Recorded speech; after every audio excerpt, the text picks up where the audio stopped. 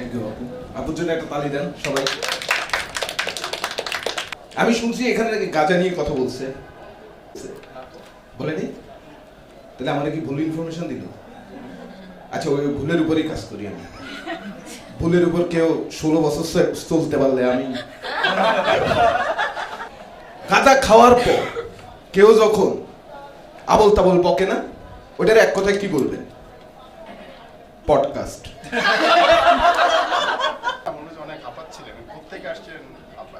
অনেক অনেক দূর থেকে, মানে একটু জন্য বাইসা গেছি, মোহাম্মদপুরে চিন্তা করতে গেছি।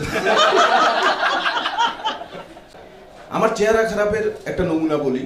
গত 7 দিন আগে মেট্রো রেল স্টেশন আছে না, আমার কারণ বাজার হচ্ছে আমার অফিস, মেট্রো রেল স্টেশন, ওইখানে আমি চা খাচ্ছিলাম।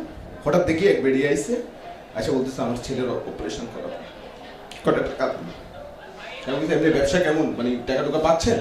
কথা কেউ দিচ্ছে না। আমি ছবির দিকে তাকাইছি, ভাই শাহরুখ খানের মতো ছবি, ওই ছবি দেখাইলে কেউ ওরে টাকা দিব? আমি ভাই সামাজিক কর্মকাণ্ডের সাথে, এর আগে আমি এনজিওতে ছিলাম, আমি চিন্তা করলাম সামাজিক কর্মকাণ্ড আমি করব, আমি আমার একটা ছবি দিছি। গতকাল রাতের বেলা আমার থ্যাংক ইউ জানাইছে। অপারেশন করছে তো করছে, পোলারে বিদেশও পাঠাইছে। এবং আরেকটা জিনিস হচ্ছে আমি কালা, আমি এত কালো যে আমি কাউকে মেইল করলে সেটা ব্ল্যাকমেইল হয়ে যায়। আমি যে চাই খাই ওটা ব্ল্যাক টি হয়ে যায়, আমি গর্তে পড়লে ওটা ব্ল্যাক হোল হয়ে যায়। মারা যায় জিজ্ঞেস করছি, মা মানছি যে কয় আমার চেহারা খারাপ, আসলে কি এত খারাপ?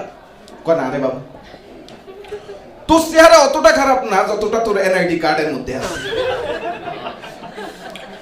ততটা ভালো না যতটা তোর প্রোফাইল পিকচারে আছে। ফেসবুক সবাই, আচ্ছা এটার নাম নাকি সোশ্যাল হ্যান্ডেল না? হ্যাঁ সোশ্যাল মিডিয়া, আবার সোশ্যাল হ্যান্ডেল কারা করেন?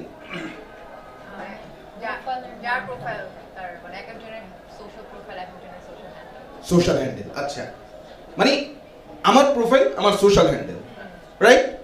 আর বাসা বসে পোলাপাইল যা করে ওটা আনসোশ্যাল হ্যান্ডেল। ছোট বাবু আছে, হ্যালো, নাম কি তোমার বাবা? হ্যাঁ ক্রিস, মেরি ক্রিসমাস। ভালো ভালো ভালো আছো? ভালো লাগতেছে? বুঝতেছো কিছু? আচ্ছা ওকে ফাইন। আমি এমন ভাবে আমাদের আমরা যখন শোতে যাই না, তা আমাদেরকে বলে বাচ্চা কাচ্চা আছে, একটু ইয়াজক বলা যাবে না, তা আমরা বলি যে আমি এমন ভাবে বলবো ওই বাচ্চা কাচ্চা বুঝবে না, আর যদি বুঝে ফেলে তা ওর খারাপের জন্য আমি দায়ী। তো ফেসবুক নিয়ে বলছিলাম, আমার ফেসবুকে পেজ আছে আলহামদুলিল্লাহ একটা, 874 ফলোয়ার, মানে সবগুলো মেইল ফলোয়ার। আরে কি লেগে জানি মাইয়েরা আমাদের দেখতেই পারে না, বুঝলি কি আমার মধ্যে কি নাই। আবার অনেকেই ইদানিং আবার আমার লোকে খুব খাতির করতে চাচ্ছে, আমি একটু ইংরেজি বললে মনে করে আমি আফ্রিকান। আর আমার ইউটিউবে একটা চ্যানেল আছে 1.8K, মানে এটা কে আমি জানি না। এবং আমি যখন মানে আমার চেহারা খারাপ কালোর কারণে বাসর করে তো যাওয়ার মানে অভ্যাস নেই, লাইট বন্ধ করতে হয়, কিন্তু এটা ইনফরমেশন দিয়ে আপনারা জানেন না, লাইট বন্ধ করছে, বন্ধ করার পর না আমার বউ হাউমাউ করে কাঁদতেছে, তুমি কই? আমারে খুঁজে পাইতেছে না। আল্লাহ বাঁচাইছে, ও স্ট্যান্ড আপ কমেডিয়ান, একটা জোক বলতে আমি হাসছি, এই তো তুমি।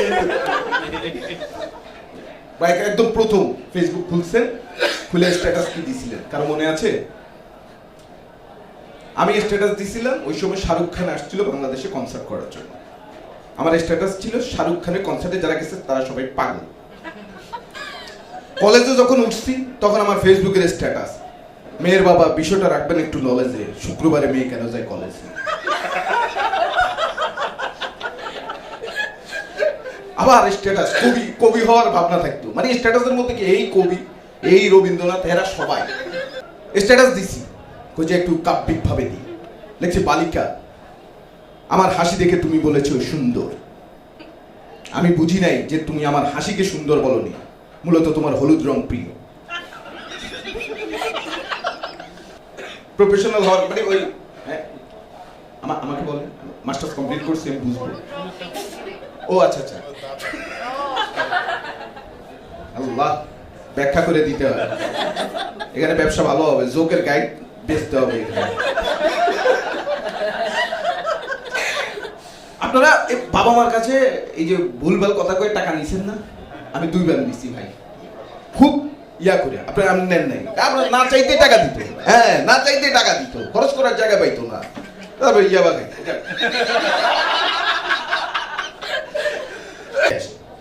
আর কি করে টাকা দিল? পরে আব্বারে ফোন দিছি, ফোন দিয়ে গেছি আব্বা বলে কি বলছে আমার টাকা লাগবে। বা কি করবি? বলছে ডিকশনারির গাইড কিনবো। আর আম্মার কাছ থেকে স্কুলে থাকতে একবার টাকা নিয়েছিলাম, বলছিলাম যে মা জেমিটি বক্সের ব্যাটারি লাগবে। এবং ফেসবুকের মধ্যে যাই দেখে অনেকে বিশ্বাস করে ফেলে। এবং ফেসবুকের মধ্যে ইয়া দেখে আমার এক বন্ধু হঠাৎ করে ফোন দিছে, ওর বউ হচ্ছে প্রেগনেন্ট, একদম অন্তিম মুহূর্ত, হ্যাঁ ও বাসে করে ঢাকা রওনা দিছে। আমি ফোন দিছি, কিরে কি অবস্থা, তুই ঢাকা কি লেগে আইতেছিস? কোনা বউ তো প্রেগনেন্ট, তুই জানিস তো বউ প্রেগনেন্ট, তুই ফেনীতে ডেলিভারি কর। কোনা ঢাকাতে ডেলিভারি চার্জ 70 টাকা।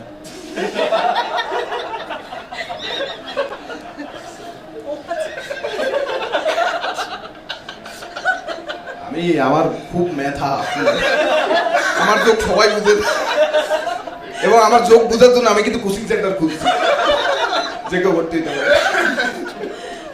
এবং দেখেন বউ আছে না, বউ বউ এটা কেমন কেমন, আর এটা কেমন অদ্ভুত। যখন বেকার ছিলাম কয় সারাদিন বাসায় কি, এখন চাকরি করে কয় সারাদিন বাইরে কি। তো ভাই আমি করবো না, বসে হারা দিন ঝাড়ে, ওই ঝাড়ি খাই। তারপর একটা বাইক আছে, যৌতুক পরিবহন, মাঝে দিয়ে এর লগে লাগাই দিই, ওর লগে লাগাই দিই। 9 বার অ্যাক্সিডেন্ট করছি আলহামদুলিল্লাহ, এবং প্রত্যেক অ্যাক্সিডেন্টে আমি নতুন নতুন কিছু শিখেছি, আমার শেখার আগ্রহ এখনো আছে। এই রিক্সাওয়ালার কথা, এই সেই মেজাজ খারাপ না, বাসা গেলে ও চিল্লায়, এতক্ষণ কোথায় ছিলিস ভাই রে ভাই। মানে বুতাম টুতাম সিরিয়াল, মানুষ মনে করে রোমান্স করতে দেয় বুতাম সিরিয়াল। আমি যে কি যে ইয়াতে আসি, একদিন মানে একদম পুরো মাথা মুথা খারাপ হয়ে গেছে। পরে মানুষ আমরা কি করি, যখন মন খারাপ বেশি হয় আমরা ফেসবুকে স্ট্যাটাস দিই। পরের দিন সকালে অফিসে যেয়ে আমি একটা স্ট্যাটাস দিছি যে বিশাল সমুদ্র দেখলে ডুবে যাওয়ার ভয় হয়, কাপ্পিক আমার কাপ্পিক,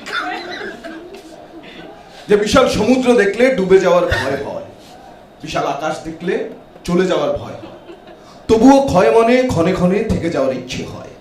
বউ নিচে কমেন্ট করছে, বাঁচতে চাইলে রাত 10টার আগে যেন বাসায় আসে। আমি মনে করি প্রেমের পরীক্ষা দিচ্ছি। আমার এক গার্লফ্রেন্ড আমার বলছিল, আমি কি তোমার একটু প্রেমের পরীক্ষা নিতে পারি? আমি হ্যাঁ নিতে পারো, আমার 500 টাকা দাও। পকেটের দিকে তাকিয়ে দেখি 122 টাকা আছে। আমি বলছি ঠিক আছে পরীক্ষা দিব, কিন্তু ডেটটা একটু পিছানো যায় না। এবং আমার বউকে আমি কিন্তু ভয় পাই না, যত তাই বলেন আমি বউরে ভয় পাই না। আমার বউ ওই দিন আমার বলছে, তোমার এখন কাপড় কাচতে হবে। আমি বলছি আমি কাপড় কাচবো না। বলছি কাচবা, আমি বলছি আমি কাচতে পারবো না। ভালো করে বুঝো, আমি বলতেছি কাপড় কাচো। আমি বলছি না, আমি এখন কাপড় কাচবো না, আগে বাসন মাজবো, তারপর ঘর ঝাড়ু দেবো, তারপর সিকোয়েন্স আছে না।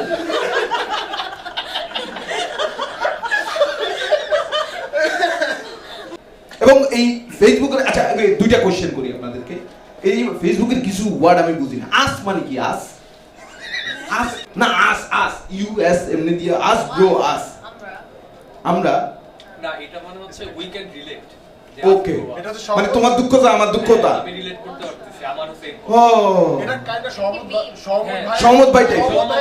আরে ভাই আমি তো এটা বুঝি না, আমি আরো মনে করছিলাম বানান ভুল করছে। আমি বলছি এটা আস হবে না, এটা ইস। আর এক্সডি মানে কি? এক্সডি হাসি, হাসির হাসি বুঝায়। হাসি। হাই রে আল্লাহ, এইজন্য তো একজন আমার ব্লক মারছে। আমি এক্সডি মনে করছিলাম যে দুষ্ট ভিডিও যখন এইচডি ফরম্যাটে থাকে। ওই যে দেখবেন যে মেসেজ দিয়ে আনসেন্ড করে না, তারপর আবার কতগুলো এসে জিগায় কি পাঠাইছি। আচ্ছা আমি যদি তোরে বলি তাহলে আনসেন্ড কি লিখে বললাম। আমার এক বন্ধু আমারে লিখছে, কি লিখছে কেটে দিছে, আনসেন্ড করে দিছে। আমি জিজ্ঞেস করছি, বন্ধু কি লিখছি? কয় না তার বাদ দে। আচ্ছা বল না, করে না পারবি না তুই। আমি বলি, বল। তো বলছে ভাই ইয়া করবো, পকেটে টাকা পয়সা নাই, 5,000 টাকা ধার দিবি। আচ্ছা বন্ধু এক কাজ কর, আবার আনসেন্ড করে। লাস্ট একটা কথা বলি, এই রিয়েক্ট নিয়ে ঝামেলা হয়, সোশ্যাল মিডিয়ায় রিয়েক্ট নিয়ে বাস্তব জীবনে ঝামেলা হয়। আমার এক আপু রিলেশনশিপে স্ট্যাটাস দিছে, আমি হয়তো ভুলে লাভ দিতে যাই হা রিয়েক্ট দিয়ে দিছি। আমার ফোন দিয়ে তুই হা রিয়েক্ট দিলি কেন? আমি সব ভুলে দিছি, পরের বার যেন ভুল না হয়।